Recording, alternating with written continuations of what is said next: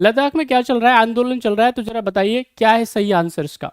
लद्दाख में चल रहे आंदोलन की प्रमुख मांगों में शामिल है, क्या क्या शामिल है? फटाफट से बताइए सारे बच्चे। क्वेश्चन आपकी स्क्रीन पे है, आंसर करिए, सभी आंसर करिए फटाफट फटाफट।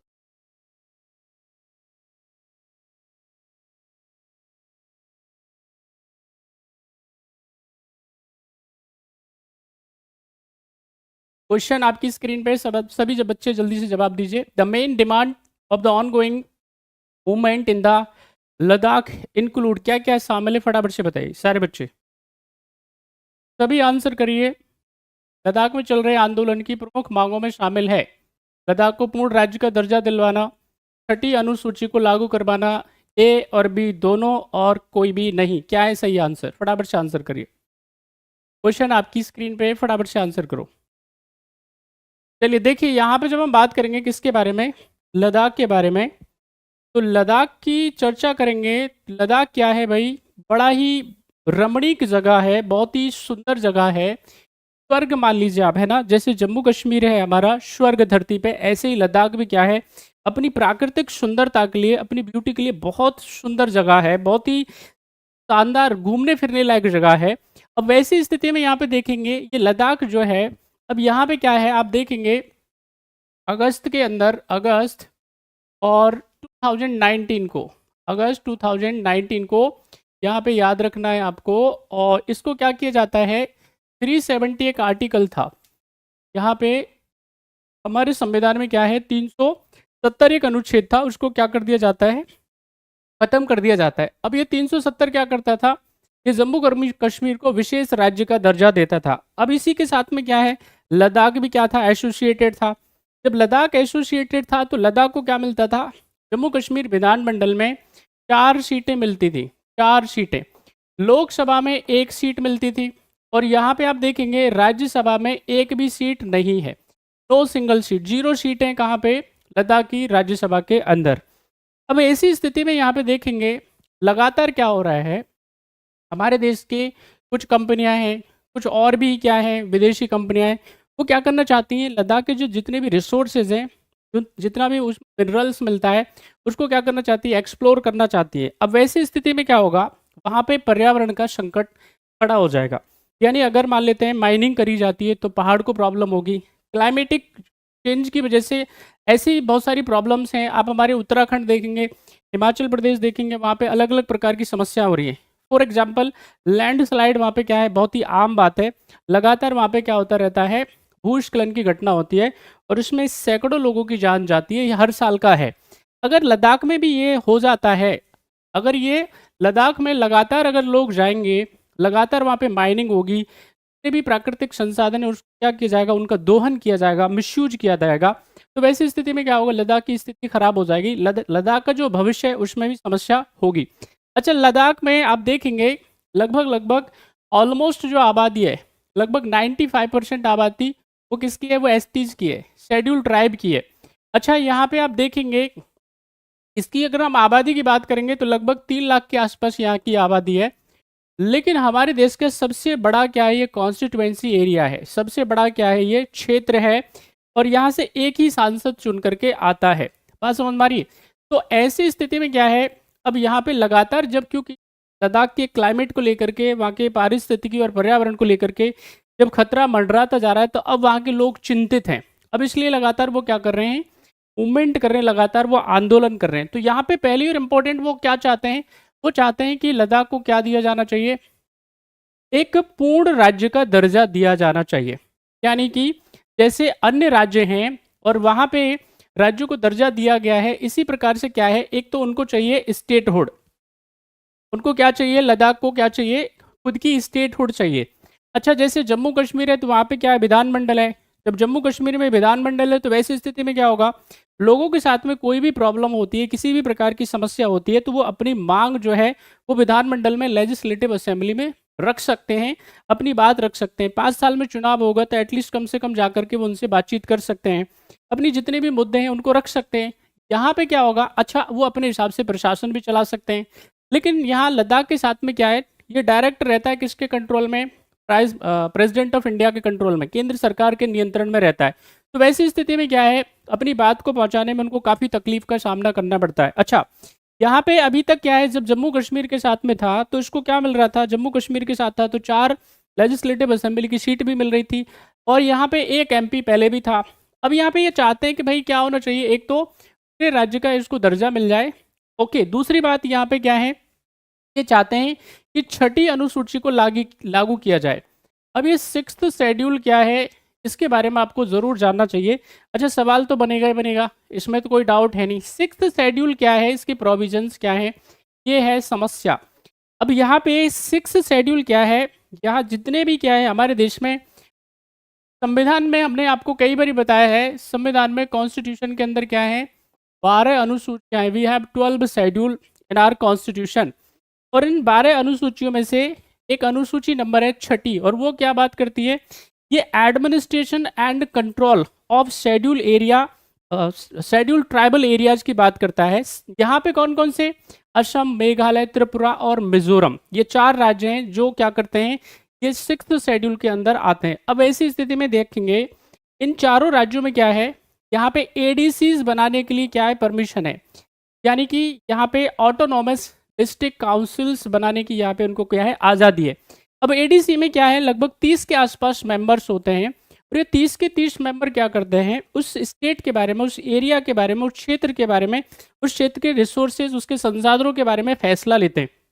अगर उनको लगता है कि अगर किसी भी प्रकार के फैसले से इस एरिया का, इस क्षेत्र का नुकसान होगा, तो वैसी स्थिति में क्या है, उस फैसले को वो डिनाई कर सकते हैं, उस फैसले को मानने से इनकार कर सकते हैं, उसको परमिशन देने से इनकार कर सकते हैं, है ना। कोई अगर माइनिंग करना चाहता है, कोई फैक्ट्री लगाना चाहता है, उसको क्या कर सकते हैं, वो इनकार कर सकते हैं, क्योंकि इससे पर्यावरण का नुकसान हो रहा है, इससे दिक्कत हो रही है। You can me point out. तो वैसी स्थिति में यहाँ पे ADCs को क्या होती है, स्वायत्तता होती है। अच्छा, ये डायरेक्ट एरिया जो होते हैं वो गवर्नर ऑफ स्टेट के कंट्रोल में होते हैं, राइट। तो यहाँ पे क्या है, ऐसी स्थिति में उनको क्या मिल जाएगा, हक मिल जाएगा, अधिकार मिल जाएगा, और वो क्या है, अपनी मर्जी के हिसाब से, यानी लद्दाख के क्षेत्रों को पर्यावरण के पॉइंट ऑफ व्यू से, एनवायरनमेंट के पॉइंट ऑफ व्यू से वो संरक्षित रख पाएंगे, पर्यावरण को भविष्य के लिए उस पर्यावरण का जो भविष्य है उसको सुनिश्चित कर पाएंगे, कंजर्वेशन पे काम कर पाएंगे। तो ये 2 चीज़ों को क्या है, वो लागू करना चाहते हैं, ले करके आना चाहते हैं, वो सरकार से मांग कर रहे हैं। लेकिन सरकार ने क्या है, अभी इस पे जो है उनके साथ बातचीत नहीं करी है। ऑल्दो यहाँ पे क्या है, ये 2019 में क्या है, ये गवर्नमेंट के मैनिफेस्टो में था, इसका वो जिक्र भी देते हैं, हवाला भी देते हैं। अब यहाँ पे क्या है भाई, ये थोड़ा मैं बता दूँ आपको, ये लद्दाख की स्थिति है। यहाँ पे ये जो एरिया है आपके पास में, दैट इज़ लद्दाख, ये आपके पास में लेह। यहाँ पे ये क्या है आपके पास में, देखेंगे ये एरिया पूरा पूरा क्या है, अब UT बन गया है। अच्छा, यहाँ पे जो आंदोलन चल रहा है, जो मूवमेंट चल रहा है, उस मूवमेंट को चलाने वाले हैं यहाँ पे सोनम वांगचुक साहब के बारे में सुना होगा आपने। अब सोनम वांगचुक साहब जो हैं वो यहाँ पे हमारे देश के काफ़ी मेधावी इंटेलेक्चुअल इंजीनियर रहे हैं, एजुकेशनिस्ट हैं, रिफॉर्मिस्ट हैं, लगातार ये क्या करते रहते हैं, अच्छा सुझाव शिक्षा में ये उन्होंने बड़ा अच्छा काम किया है। आपने एक पिक्चर देखी होगी 3 इडियट। अब 3 इडियट में जो किरदार है आमिर खान साहब निभाते हैं, तो उसमें क्या है, वो उससे इंस्पायर होता है, इनसे बात समझ मारिए। ये लगातार क्या कर रहे हैं, इनको आज जो है वो 11वां-12वां दिन है, वो लगातार क्या कर रहे हैं, इसके लिए फास्टिंग कर रहे हैं। और ये क्या है, इनकी फास्टिंग जो है वो 21 दिन का फास्टिंग चल रहा है लगातार। ये किसको बचाने के लिए, ये देखिए, ये लद्दाख का बहुत ही सुंदर एरिया है। अगर आप देखेंगे, एक्सप्लोर करेंगे, तो लद्दाख आपको क्या है, ऐसा उसके बहुत ही वो सुंदर आपको नज़र आएगा हर पॉइंट ऑफ व्यू से। तो ये लगातार जो सोनम वांगचुक साहब हैं, ये क्या कर रहे हैं, आप देख पा रहे होंगे, यहाँ पे जो टेम्परेचर है दिन के टाइम पे भी माइनस में रहता है। दिन के टाइम पे भी कितना है, -5 डिग्री सेल्सियस के आसपास रहता है, -5 से लेकर के 15, और रात में ये खूब लगभग 17-18 डिग्री सेल्सियस तक क्या है, रात में माइनस में पहुंच जाता है। अब ऐसी स्थिति में एकदम यहाँ पे आप देखेंगे कि एकदम कड़कती ठंड होगी। आप सोचो, हड्डी तोड़ ठंड उसको बोलते हैं, और उसमें क्या कर रहे हैं, खुले में क्या कर रहे हैं, आंदोलन कर रहे हैं, और ये सपोर्ट मांग रहे हैं पूरे देश से। तो यहाँ पे क्या मिलना चाहिए, 6ठी अनुसूची में उनको इनलिस्ट कर दिया जाए, साथ ही साथ में उसको पूर्ण राज्य का दर्जा दे दिया जाए। सरकार ऐसा क्यों नहीं कर रही है, उसके पीछे वजह क्या है, इसके पीछे रीजन क्या है। तो यहाँ पे हम क्या करते हैं, थोड़ा सा मैं बताऊँ आपको, छठी जब अनुसूची की बात करी जाएगी, 6th शेड्यूल की बात करी जाएगी, तो वैसी स्थिति में छठी शेड्यूल क्या करती है, ये क्या करती है भाई, कोई भी बाहरी व्यक्ति वहाँ पे तो भी जहाँ पे भी ट्राइब्स रहती हैं, ट्राइबल एरिया जिनको अनाउंस कर दिया जाएगा, अब कोई भी सामान्य नागरिक गैर जनजाति व्यक्ति वहाँ पे एंटर नहीं कर पाएगा। गैर जनजाति व्यक्ति वहाँ पे किसी प्रकार का कोई मूवमेंट नहीं कर पाएगा, चाहे वो घूमने के लिए ही जा रहा है।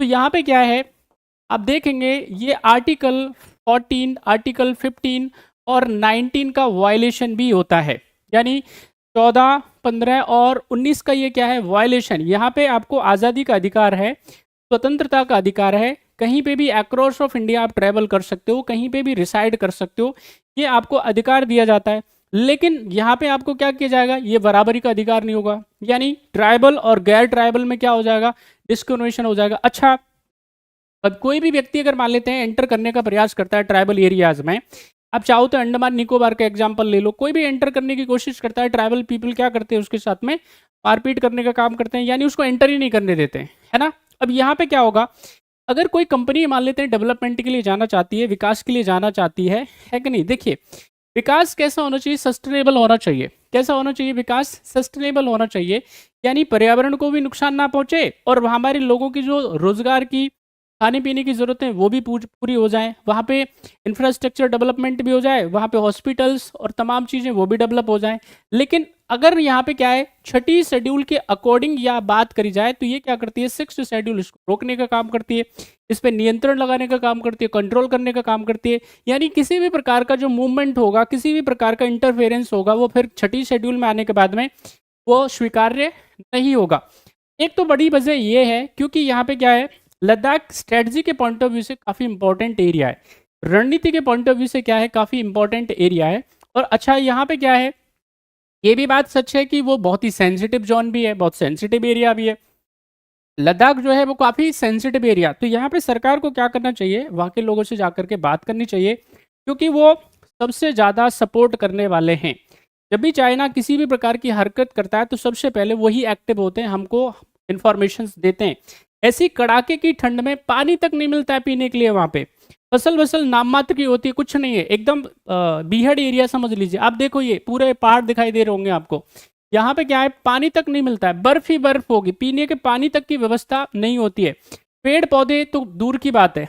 तो वैसी स्थिति में क्या है, सरकार को की बात को बहुत ध्यान से सुनना चाहिए और उसके बाद में यथासंभव जितने में वो संतुष्ट हो जाएं, जितने से उनको क्या मिल जाए, उनको सेटिस्फिक्शन मिले, वो भारत के साथ में खुशी खुशी आराम आराम से क्या है, भारत सरकार के साथ में बातचीत करें। किसी प्रकार का मन में कोई उनके में क्या नहीं होना चाहिए, दुराव नहीं होना चाहिए कि भारत सरकार हमारी बात नहीं सुन रही है। अभी तक के जितने भी अभी वीडियो जो आ रहे हैं उनमें यही बताया जा रहा है कि सरकार उनकी बात नहीं सुन रही, ये ठीक नहीं है। लेकिन वहाँ पे उनको भी देखना चाहिए कि कौन कौन सी बातें होती हैं। देखिए, यहाँ पे लद्दाख जो है टूरिस्ट डेस्टिनेशन प्लेस है, वहाँ पे जब यहाँ से लोग टूरिस्ट जाएंगे, घूमेंगे फिरेंगे, खर्चा पानी करेंगे, तो ऑब्वियसली बात है वहाँ के लोगों को रोजगार मिलेगा। अभी वहाँ पे शिक्षा व्यवस्था की भी ठीक ठाक स्थिति नहीं है, बड़ी प्रॉब्लम है। तो अगर लोग यहाँ से नहीं जाएंगे तो कैसे चलेगा, तो थोड़ा वहाँ पे क्या चाहिए, हमको इंफ्रास्ट्रक्चर भी चाहिए। तो वहाँ पे लोगों के साथ में प्रॉपर बातचीत करके कि भाई आपकी प्रॉब्लम्स क्या हैं और हमको क्या चाहिए, देश के लिए क्या चाहिए, उधर लोगों के लिए क्या चाहिए, उस हिसाब से उससे क्या करी जाती है, जा सकती है, बातचीत करी जा सकती है, बीच का रास्ता निकाला जा सकता है। तो आप ज़रूर इसको अच्छे से क्या कर लीजिएगा, गो थ्रू कर लीजिएगा, सारे सारे एस्पेक्ट्स को अच्छे से देख लीजिएगा। चलिए हम नेक्स्ट क्वेश्चन चलते हैं। अच्छा, इसका जो आंसर हो जाएगा वो क्या हो जाएगा, the right answer is C. इसमें से दोनों ही है, ठीक है कि नहीं। यानी यहाँ पे क्या करना, एक तो पूर्ण राज्य का दर्जा चाहिए, एक तो स्टेटसशिप चाहिए, स्टेटशिप चाहिए, और दूसरा क्या चाहिए, यहाँ पे वो छठी अनुसूची क्या करवाना चाहते हैं, लागू करवाना चाहते हैं। तो आई होप आप सारे बच्चों को ये क्लियर हो गया होगा।